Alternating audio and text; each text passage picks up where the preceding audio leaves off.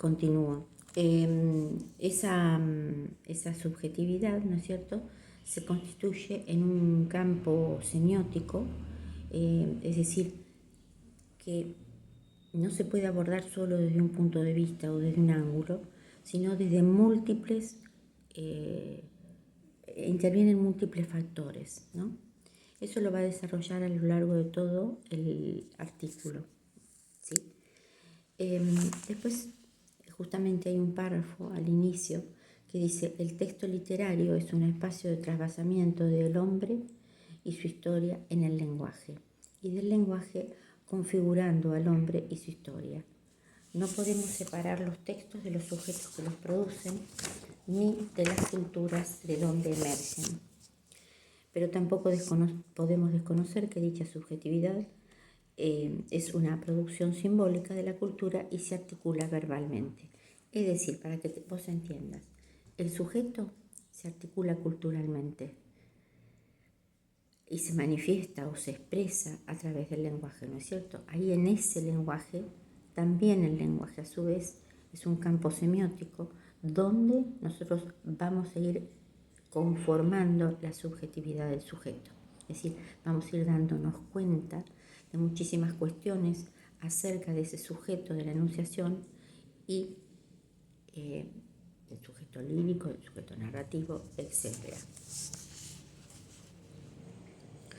Bueno, dice que existen distintas direcciones especulativas, filosóficas, lingüísticas, literarias, psicoanalíticas, sociológicas, que abordan el complejo problema de la constitución de la subjetividad en el discurso, en el discurso. Bueno, ella, vení Monchito, vení.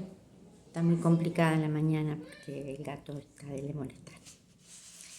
Ella toma una cita que me pareció muy relevante,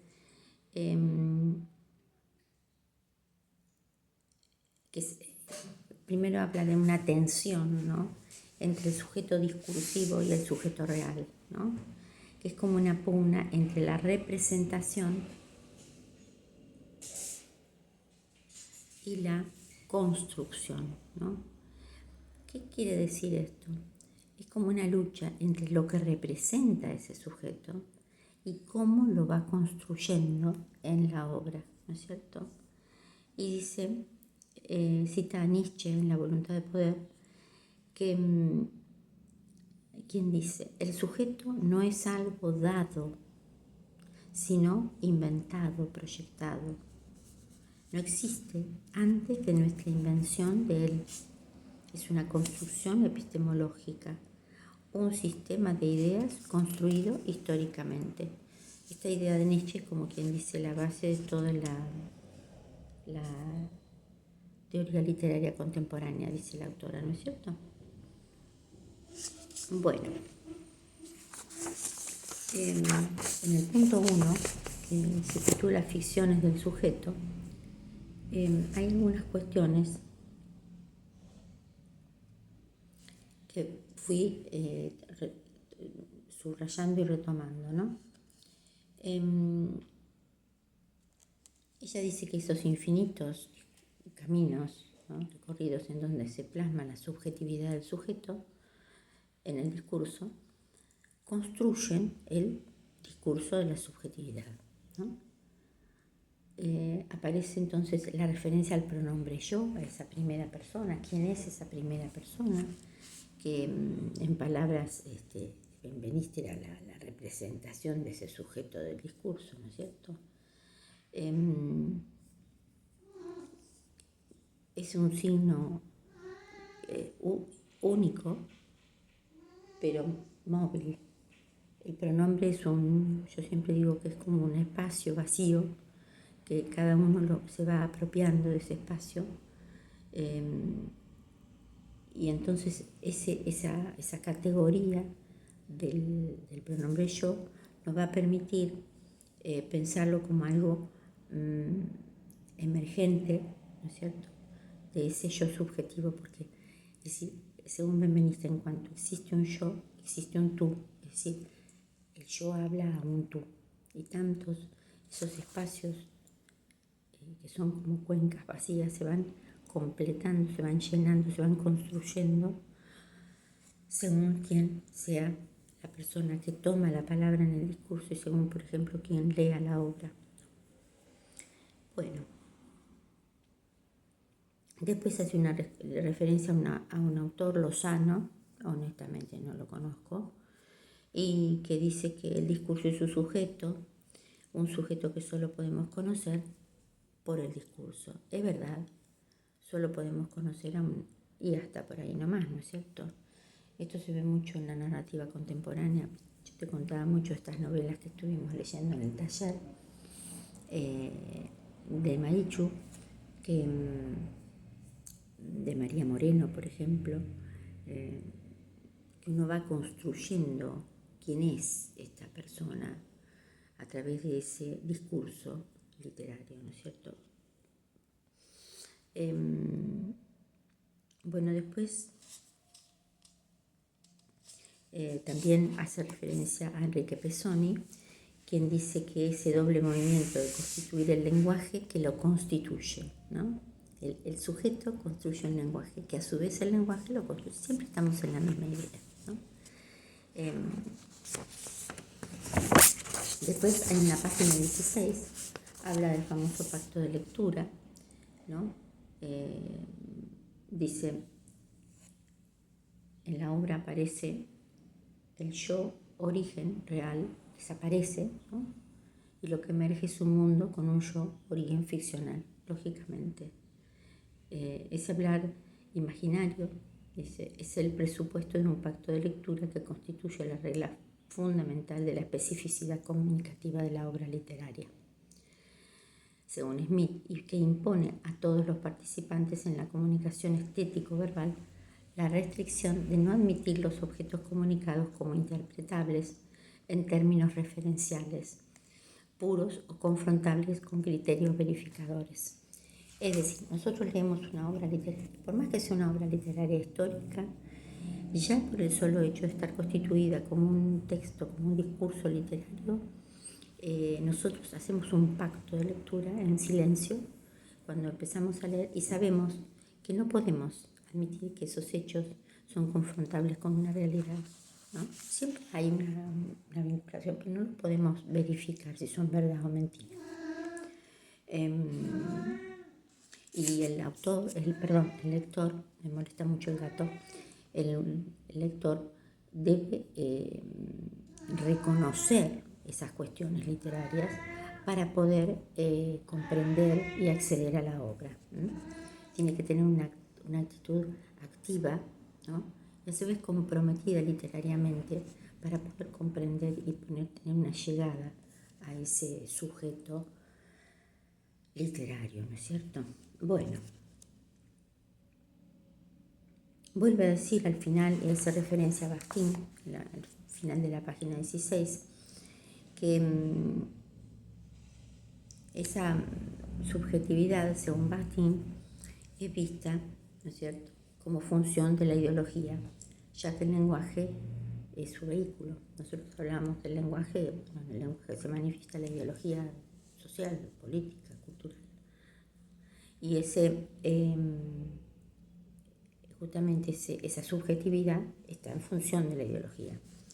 Esta es una mirada marxista, ¿no?, de la teoría literaria, ¿no? Dice, la subjetividad es pues unas representaciones que expresan las relaciones de los individuos con su contexto, ¿no? Y después la obra se manifiesta como tensión o lucha de discursos que se redistribuyen el poder de la sociedad.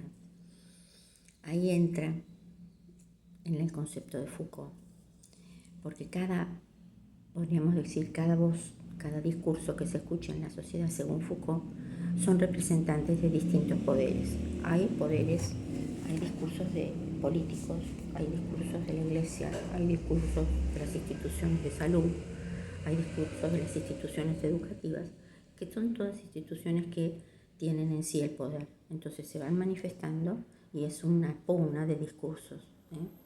Dice Foucault señala que la expresión del sujeto está determinada por el discurso en el cual se inscribe. Está histórica e institucionalmente determinado. Eso es muy interesante. Que según nosotros, eso siempre yo lo decía muchas veces en clase, según nosotros como sujetos que emitimos discursos, nos vamos conformando en los discursos en donde nosotros entramos. Es decir, no hablaría yo de una forma, ni con un estilo, ni con una ideología, cuando uno es profesor, que cuando uno es amigo tomando un café. Eso nos vamos conformando, como dice Foucault. Para mí eso es muy interesante, la postura de él, que el sujeto está, dice, la expresión del sujeto está determinada por el discurso en el cual se inscribe, es decir, en el discurso a donde nosotros nos inscribimos, donde nosotros nos metemos, ¿no? Como si fuese un espacio discursivo, ese discurso nos va a configurar. Bueno,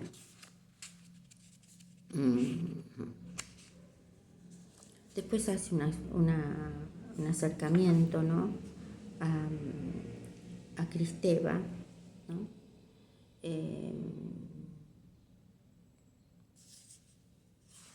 Y por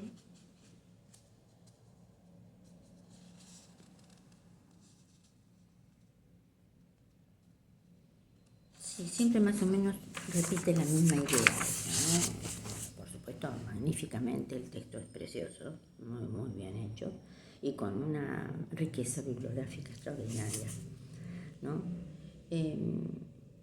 Acá hay un punto que me pareció muy interesante, cuando relaciona el carácter social de la subjetividad discursiva, y siempre hace referencia a Bakhtin, por ejemplo, y dice algo que es muy interesante. Dice, si creemos que la escritura ficcional, lejos de relacionarse con una lengua neutra, evoluciona en una situación sociolingüística, la intersubjetividad emergente debería ser considerada como una manifestación de las relaciones entre grupos e intereses sociales sobre el plano textual. Es lo mismo que te decía hoy de Foucault, ¿no?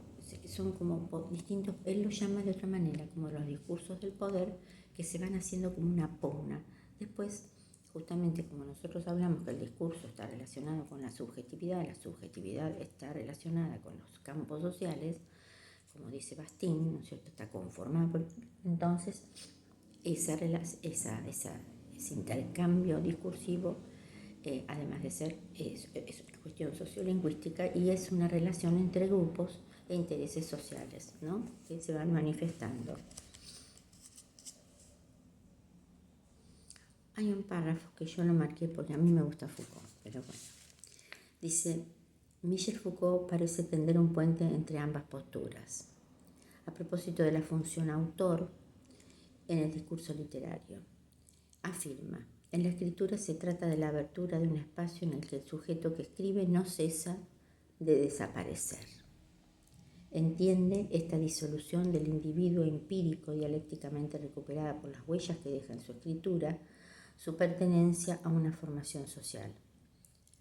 Al cuestionar el carácter absoluto y el papel fundador del sujeto, Foucault declara que lo hace no para restaurar el tema de un sujeto imaginario, sino para comprender los puntos de inserción, los modos de funcionamiento y las dependencias del sujeto. Es decir, miren cuando dice que el autor no existe, no es que el autor desaparezca y se haga humo, sino que el autor va desapareciendo, ¿no? Yo digo, me voy a dejar llevar un poco por lo poético, va como desapareciendo mágicamente y se va constituyendo en otra cosa. Es decir, cuando nosotros hacíamos ejercicios de escritura, es cierto, cuando uno realmente logra hacer desaparecer al sujeto real, porque yo muchas veces quería escribir y siempre escribía desde Silvia, ¿no? Entonces yo quería que en mis textos apareciera un sujeto ficcional. Bueno, es muy difícil lograrlo, ¿no? Es decir, esa creación es compleja, ¿no? Para eso tenemos muchos recursos también, después que eso van de la mano de esa mirada estructuralista o formalista que hablaban de la obra en sí y en todos los recursos estéticos para darle forma a ese discurso literario. Bueno, voy a dejar acá para después seguir con otro video, porque si lo hago muy largo es muy pesado. Besito.